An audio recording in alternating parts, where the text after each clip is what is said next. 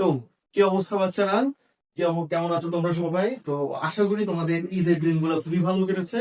তো ঈদের পরে আমরা আজকে যে প্রথম ভিডিওটা নিয়ে আসি সেটা হচ্ছে আমাদের সেট ও ফাংশন চ্যাপ্টার 2।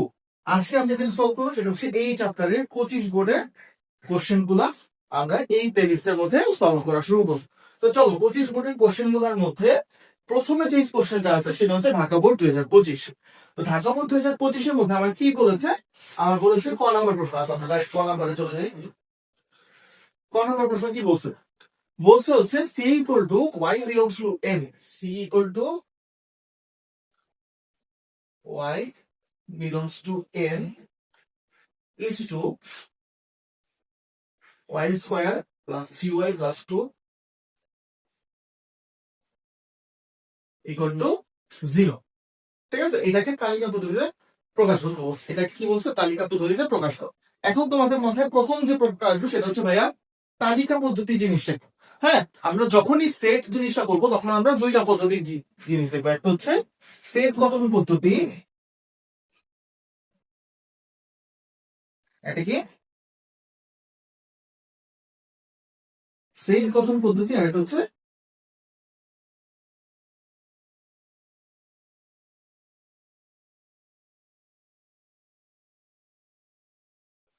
তালিকা পদ্ধতি। সেট গঠন পদ্ধতি আর এটা হচ্ছে কি তালিকা পদ্ধতি। তাহলে তালিকা পদ্ধতি কোনটা? যেখানে আমার একটা সেটের মধ্যে সবগুলি উপাদান তুলে দেওয়া থাকে সেটা হচ্ছে আমার তালিকা পদ্ধতি। যেমন ধরো কোন একটা তালিকা পদ্ধতি তোমার বলে দিল, কোন একটা তালিকা পদ্ধতিতে তোমার বলে দিল যে 3, 5, 7, 9, 11। এটা হচ্ছে তালিকা পদ্ধতি। এখানে আমার সেটের সবগুলো উপাদান কি আমার উল্লেখ করে দেওয়া আছে। সেটের সবগুলো উপাদান উল্লেখ করে দেওয়া আছে। ঠিক আছে, এটা কি বোঝায়? এটা হচ্ছে তালিকা পদ্ধতি। আর এটারই যখন আমরা সেট গঠন পদ্ধতিতে লিখবো তখন আমরা কি সবগুলো উপাদান তুলি না, আমরা কি তুলি? একটা শর্ত তুলে দিই। কি? আমরা সবগুলো উপাদান তুলি না, বরঞ্চ তার বদলে কি করি? একটা বা দুইটা শর্ত দিয়ে দিই। তাহলে এখানে শর্তটা কি? এখানে শর্তটা হবে যে x belongs two real number. X belongs two real number মানে রিয়েল নাম্বারের যে সেট গুলি আছে সেটার মধ্যে আমার এক্স আছে, মানে এই সবগুলো উপাদান আছে, এবং এটা কি আমার ওয়ানের থেকে বড়, তাই না? আচ্ছা, না রিয়েল নাম্বার না, x belongs two real number এবং বিজোড় সংখ্যা। কি বিজোড় সংখ্যা? দেখো, আমি যদি রিয়েল নাম্বার বলি তাহলে কি হবে শুধু? না, কারণ রিয়েল নাম্বার বলতে আমার সব সংখ্যা আছে, তাই না? তাহলে শুধু রিয়েল নাম্বার বললে হবে না, আমি রিয়েল নাম্বারের পরে তারপর কি বলতে হবে? বিজোড় সংখ্যা বলতে হবে। তাহলে এতটুকু কি এনাফ? এতটুকু কি এনাফ? না, এতটুকু এনাফ না। কারণ বিজোড় সংখ্যা বললে তোমার সেখানে 1, 3, 5, 7, 9, 11 পরেও আরো কিন্তু বিজোড় সংখ্যা আছে। 13, 15, 17, 19 সব বিজোড় সংখ্যা, মানে অসংখ্য বিজোড় সংখ্যা আছে। তাহলে এই দুইটা শর্ত এনাফ না, আমার লাস্টে একটা শর্ত লিখে দিতে হবে। সেটা কি? আমার একের থেকে বড়, 13 থেকে ছোট। একের থেকে বড়, 13 থেকে ছোট। এই যে যখন আমি এই শর্তটা দিলাম তখনই আমার কি জিনিসটা একটা লিমিটেশন ফিক্স হয়ে গেল, যে আমার সীমানা একটা ফিক্স হয়ে গেল যে আমার একের থেকে বড় হইতে হবে, 13 থেকে ছোট হইতে হবে। এই দুইটার বাইরে পসিবল না, এই দুইটার বাইরে পসিবল না। তাহলে আশা করি তোমরা সেট গঠন পদ্ধতিতে তালিকা পদ্ধতি জিনিসটা বুঝতে পারছো, তাই না? আচ্ছা, তাহলে এখানে জিনিসটা সেভ গঠন পদ্ধতি দেওয়া আছে। এখানে কি দেওয়া আছে? সেভ গঠন পদ্ধতিটাই দেওয়া আছে। এখান থেকে আমরা তালিকা পদ্ধতি বের করবো। আচ্ছা, তাহলে এখানে Y square plus 3y plus 2 equal to 0। এটা কি করবো আমরা? মিলিটন নিয়ে নিব। দেখো, আমার কি বলছে যে y বিলংস টু n এবং সামথিং সামথিং সামথিং। তার মানে এখানে এমন এমন সংখ্যা বসবে যেগুলা কি নাকি এই সমীকরণটাকে সিদ্ধ করে। এমন এমন সংখ্যা বসবে যেগুলো আমার এই সমীকরণটাকে সিদ্ধ করে। তাহলে আমি যদি এই সমীকরণটার সমাধান পেয়ে যাই তাহলে তো আপনার হয়ে গেল, তাই না? এই সমীকরণটা সমাধান পাইলেই হয়ে গেল। ওকে, তাহলে এখন কি করবো? মূল্যায়ন করবো।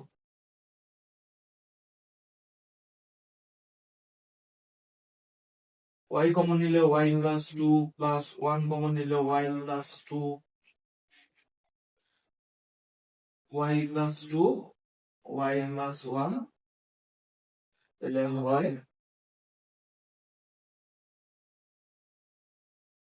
সুতরাং y প্লাস 2 ইকুয়াল টু 0 অথবা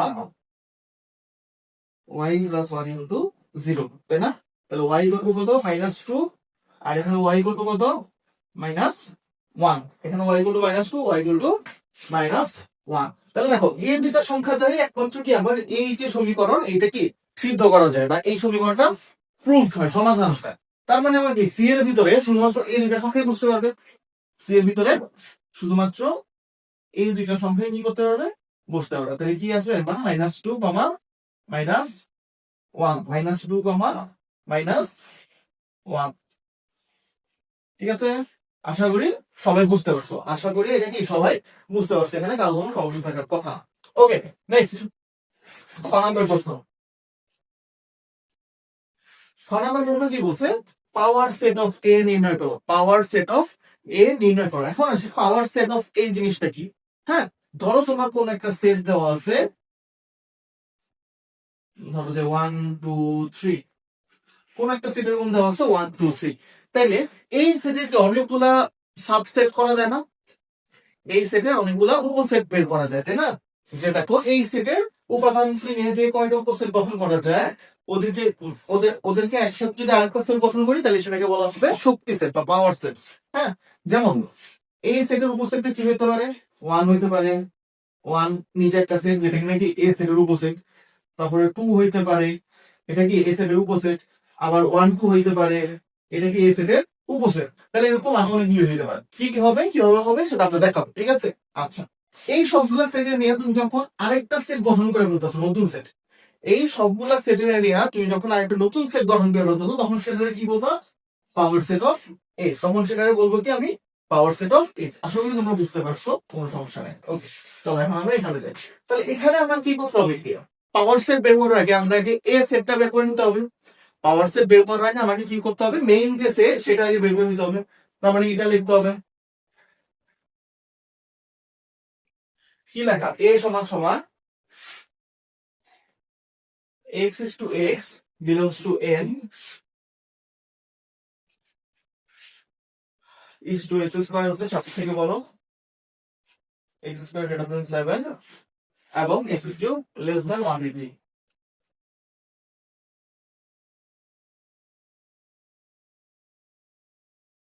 x কিউব লেস দ্যান 190। বলো এত ঠিক আছে? তাহলে আমাদেরকে কি কোনটা সলভ করতে হবে, যে x এর মান কি কি বসাইলে আমার এই দুইটা শর্ত মেনে চলে, x এর মান কি কি বসাইলে এই দুইটা শর্ত মেনে চলে। তাহলে আমি ওইভাবে হিসাব করবো, যে প্রথমে কি করবো, যে x ইকুয়াল টু 1 হলে, x ইকুয়াল টু যদি 1 হয় তাহলে x স্কয়ার ইকুয়াল টু কত, বলো, x ইকুয়াল টু 1 হলে x স্কয়ার ইকুয়াল টু 1 ই আসবে। এটা কি 7 থেকে বড় না ছোট, অবশ্যই এটা 7 থেকে ছোট। এবং x কিউব ইকুয়াল টু কত, 1, এটা হচ্ছে আমার 190 থেকে সব। ওকে, আচ্ছা, x ইকুয়াল টু 2 হলে x স্কয়ার কত, 4, এটা কি 7 থেকে ছোট। এবং x কিউব ইকুয়াল টু কত হয়, 8 নাকি, এটা কি 100 এরকম আসে, এটা কি আমার 190 থেকে ছোট। ওকে, আচ্ছা, যদি আমার x ইকুয়াল টু 3 হয়, x স্কয়ার ইকুয়াল টু কত, 9, এটা কি আমার 7 থেকে বড়, তাই না? এটা আমার 7 থেকে বড়। এবং x কিউব ইকুয়াল টু কত, 27, এটা কি আমার 190 থেকে ছোট।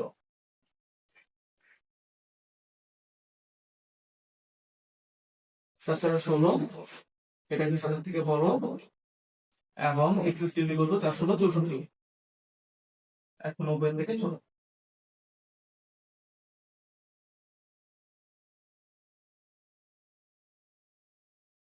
25, এটা হচ্ছে 7 থেকে বড়।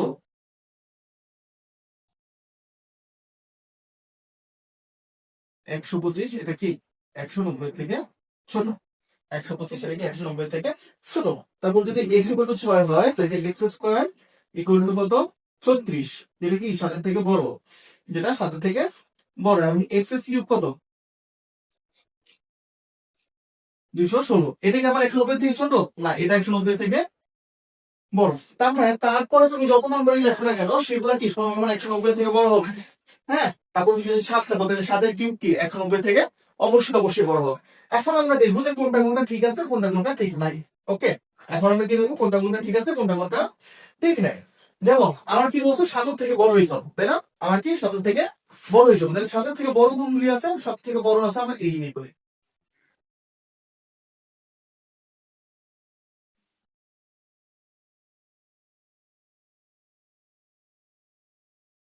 ঠিক আছে, নিচে যত যাবে তত সাথে থেকে বড় আসবে, নিচে যত যাবে তত সাথে থেকে বড় আসবে। ঠিক আছে, আর আমার এখানে কি বলছে 190 থেকে ছোট, তাহলে 190 থেকে ছোট কোনগুলি আছে, 190 থেকে ছোট আছে এগুলি।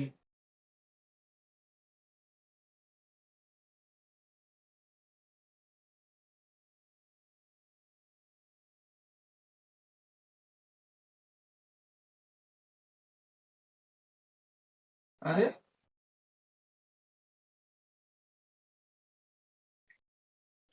আচ্ছা, 190 থেকে ছোট আছে এইগুলি। এখন কথা হচ্ছে আমরা কোনগুলা রাখি, কোনগুলা রাখতে পারবো, আমরা কোনগুলা রাখতে পারবো। দেখেন আমার এইটা করার জন্য কি আমার দুইটা শর্তই মানতে হবে না, এটা করার জন্য কি করতে হবে, দুইটা শর্তই মানতে হবে। তাহলে যেই ঘরগুলো আমার দুইটা শর্তই মেনে আছে আমরা সেগুলোই রাখতে পারবো একমাত্র, রাইট? যে ঘরগুলো দুইটা শর্তই মানছে আমরা সেগুলো রাখতে পারবো। দেখো তো কোন কোন ঘর আমার দুইটা শর্ত মানছে, একটা হচ্ছে এই যে এইটা, একটা হচ্ছে এইটা, আর একটা হচ্ছে এইটা। তার মানে কি আমার x = 3, x = 4 আর x = 5। তার মানে এই তিনটা মান আমার কি দুইটা শর্তে মেনে চলেছে, এই তিনটা মান আমার কি করছে, দুইটা শর্তে মেনে চলেছে। তাহলে আসো আমি এইভাবে একটু ছোট করে দিই, কারণ আমি তো বড় জিনিস আমার দরকার নেই। সরি,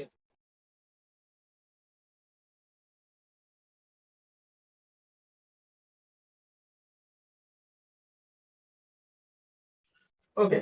তাহলে এখন কি আছে, এই সেট হবে, সুতরাং এই সেট কি হবে কি,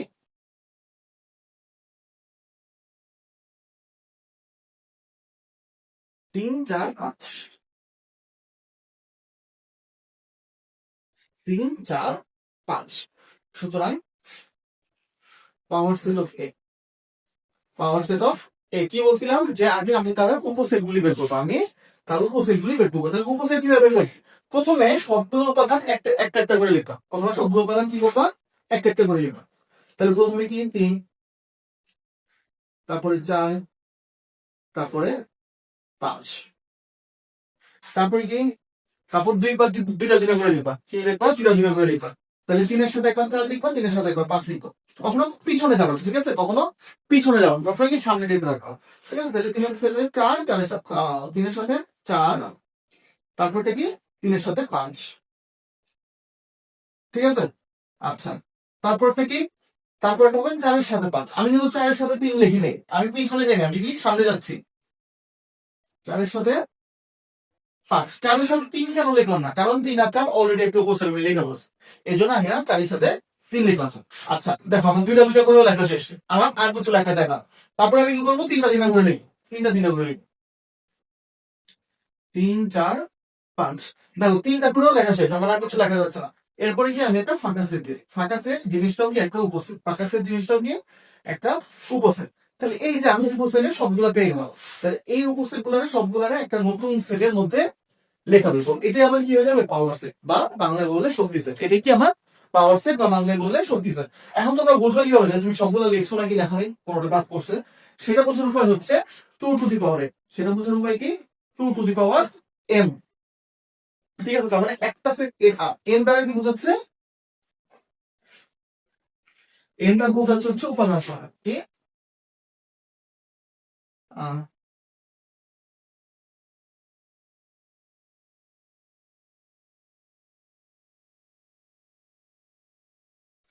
এন দ্বারা বোঝাচ্ছে উপাদান সংখ্যা। তার মানে একটা সেটের যতগুলো উপাদান থাকে তার উপসেট সংখ্যা হয় 2 টু দি পাওয়ার এন সংখ্যক, উপসেট সংখ্যা হয় কি 2 টু দি পাওয়ার এন সংখ্যক। এখানে উপাদান কয়টা, 3টা, এখানে উপাদান কয়টা, 3টা। তাহলে আমি যদি 2 টু দি পাওয়ার কিউব বসাই দিলে কত আসবে, 8 আসবে। দেখো তো এখানে উপসেট সংখ্যা কি 8টা হয়েছে কিনা, এখানে উপসেট সংখ্যা 8টা হয়েছে, 1 2 3 4 5 6 7 8, উপসেট সংখ্যা কি 8টা হয়েছে। তার মানে আমাদের অঙ্কটা ঠিক আছে। ওকে, তাহলে এই হচ্ছে আমাদের খ নাম্বার প্রশ্ন। আশা করি খ নাম্বার প্রশ্ন কারণ সমস্যা নেই, খুবই সহজ একটা প্রশ্ন ছিল তাই না, খুবই সহজ প্রশ্ন। আচ্ছা চলো তারপর নেক্সট গ নাম্বার। গ নাম্বারে কি বলছে, এস অলমাইটিকে তালিকা প্রতিনিধিত্ব প্রকাশ করে ডোমেন নির্ণয় করো। এস অলমাইটিকে তালিকা প্রতিনিধিত্ব প্রকাশ করো এবং সেখান থেকে ডোমেন নির্ণয় করতে বলছে। আচ্ছা তাহলে এস এর মধ্যে আমাকে কি বলছে, এস এর মধ্যে আমার বলছে X belongs to B, Y belongs to B, X belongs to B, Y belongs to B. তার মানে হচ্ছে আমার এক্স এর যে মানগুলি সেটা একমাত্র বি সেট থেকে আসবে, ওয়াই এর মানগুলিও বি সেট থেকে আসবে। তার মানে এমন কোনো মান নেওয়া যাবে না যেটা কিনা কি বি সেটের মধ্যে নাই। এক্স এবং ওয়াই এই দুটার মধ্যে এমন কোনো মান নেওয়া যাবে না যেটা কি নাকি আমার বি সেটের মধ্যে নাই। তো সেজন্য আমার কোনটা আছে কোনটা নাই সেটা বোঝার জন্য আমার কি বের করতে হবে, বি সেটটাকে বের করে নিতে হবে। কোনটা আছে কোনটা নাই সেটা বোঝার জন্য বি সেটটাকে বের করে নিতে হবে। তো চলো আমি বের করি বি সেট। কি বলছে, x is to x belongs to n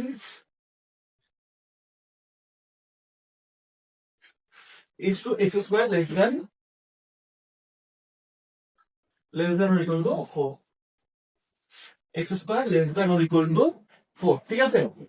আচ্ছা আসো, তাইলে আমি কি করবো, ওই যে আগেরবারের মতো যে সবগুলির সংখ্যা বসাই দিব, কোনটা কোনটা হয় কোনটা কোনটা হয়, ঠিক আছে? সবগুলির সংখ্যা বসাই দেবো, কোনটা কোনটা হয় কোনটা কোনটা হয় না। তাহলে x ইকুয়াল টু যদি 0 হয়, x ইকুয়াল টু 0 হলে x স্কয়ার ইকুয়াল টু 0, এটা কি লেস দ্যান ইকুয়াল 4, মানে মানে অবশ্যই ওকে। x ইকুয়াল টু যদি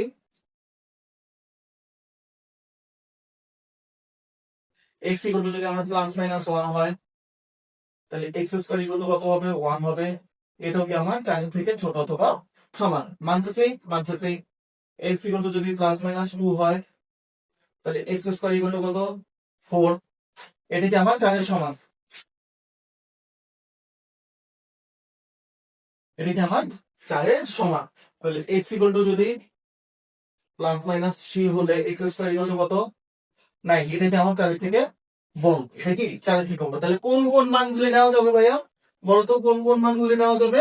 আমার অবশ্যই এই সমস্যাটা ফিল আপ করে সেই মানগুলি নেওয়া যাবে। অবশ্যই আমার 0 নেওয়া যাবে, ঠিক আছে? অবশ্যই আমার 1 নেওয়া যাবে, প্লাস মাইনাস 1 নেওয়া যাবে, অবশ্যই আমার প্লাস মাইনাস 2 নেওয়া যাবে, কিন্তু প্লাস মাইনাস 3 কি নেওয়া যাবে, প্লাস মাইনাস 3 নেওয়া যাবে না। ওকে, তাহলে আমার বি সেটের উপাদান কি কি আসলো, বি সেটের উপাদান আসলো -2 -1 0 1 2, বি সেটের উপাদান আসলো এই পাঁচটা, বি সেটের উপাদান কি আসলো, এই পাঁচটা আসলো, ঠিক আছে? এখন আমরা এস অলরেডি লিখব। এস সমান সমান কি বলছে, এক্স কম ওয়াই, এক্স কম ওয়াই দ্বারা কি বুঝায়, এখানে ক্রমজোর বুঝাচ্ছে, এক্স কম ওয়াই দ্বারা কি বুঝাচ্ছে, ক্রমজোর বুঝাচ্ছে। আচ্ছা, ক্রমজোর জিনিসটা কি, ক্রমজোর হচ্ছে অনেকটা কাইন্ড অফ মেশিনের মতো, কিসের মতো, মেশিনের মতো, যেখানে তুমি একটা জিনিস ইনপুট দিলে আরেকটা জিনিস আউটপুট পাও।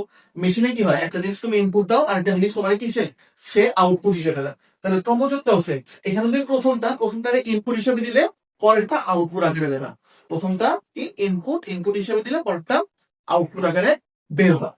হুম, আচ্ছা, যেমন ধরো যে কোনো একটা সমীকরণ তোমার এরকম আছে যে x equal to, sorry x না তো ওয়াই, যে y equal to x plus one, y equal to কি এক্স প্লাস ওয়ান। এখানে তুমি যদি এক্স এর মান 1 বসাও, তাহলে y এর মান কত আসবে, 2 আসবে। তাহলে এইটা হয়ে যাবে কি একটা ক্রমজোর। এই সমীকরণের জন্য এইটা হয়ে যাবে কি একটা ক্রমজোর, যে এক্স এর মান 1 বসলে y এর মান কি আসছে, 2 আসছে।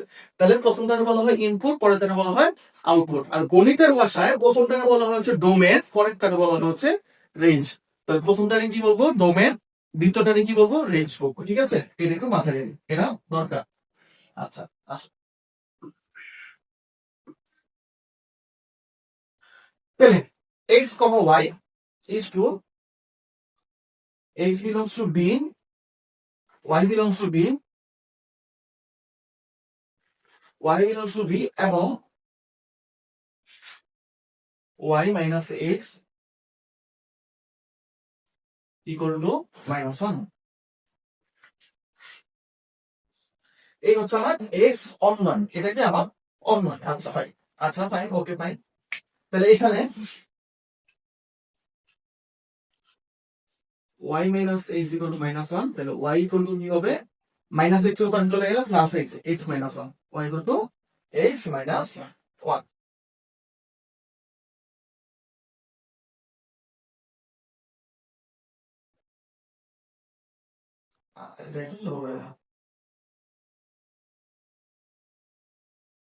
তাহলে কি এখন x belongs to, x টা কি আমার ইনপুট তাই না, x ইনপুট দিয়ে আমি y বের করবো, আউটপুট বের করবো। x belongs to b এর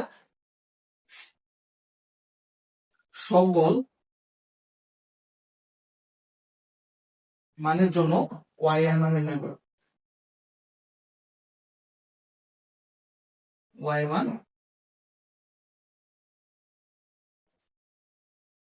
নির্ণয় করি, ঠিক আছে। আচ্ছা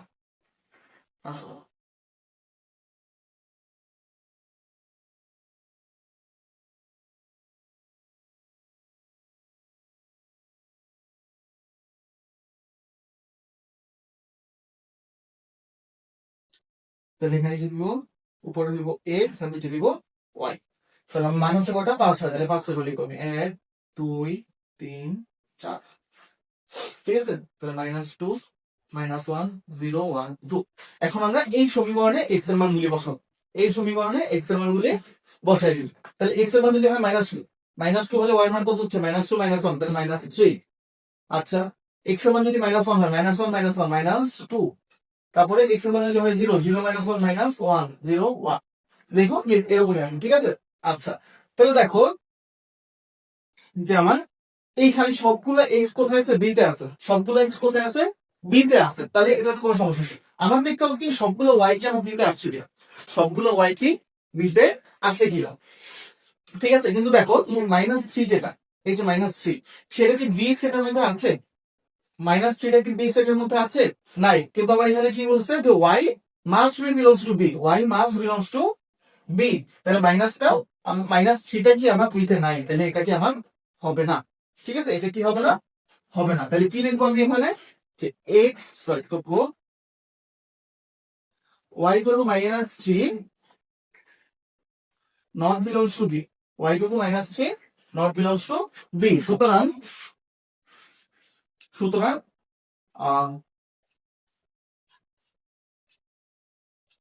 x, y সমান সমান -2, -3 ক্রমযুক্তি এ সমন্বয় থাকতে পারে না, ক্রমযুক্তি পসিবল না, ক্রমযুক্তি সম্ভব নয়।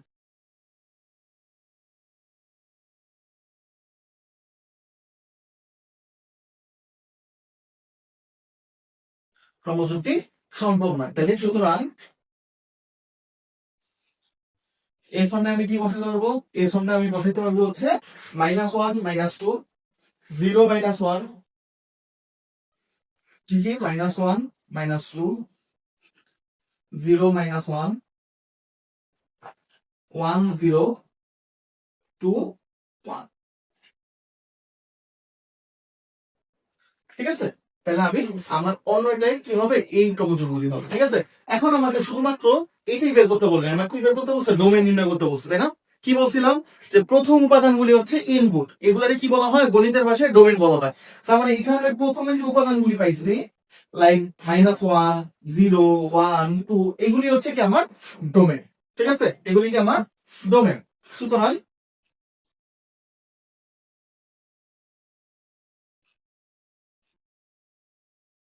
ডোমেনটা কি, ডোমেন হবে আমার -1 0 1 2, এগুলি হচ্ছে কি আমার ডোমেন, ঠিক আছে।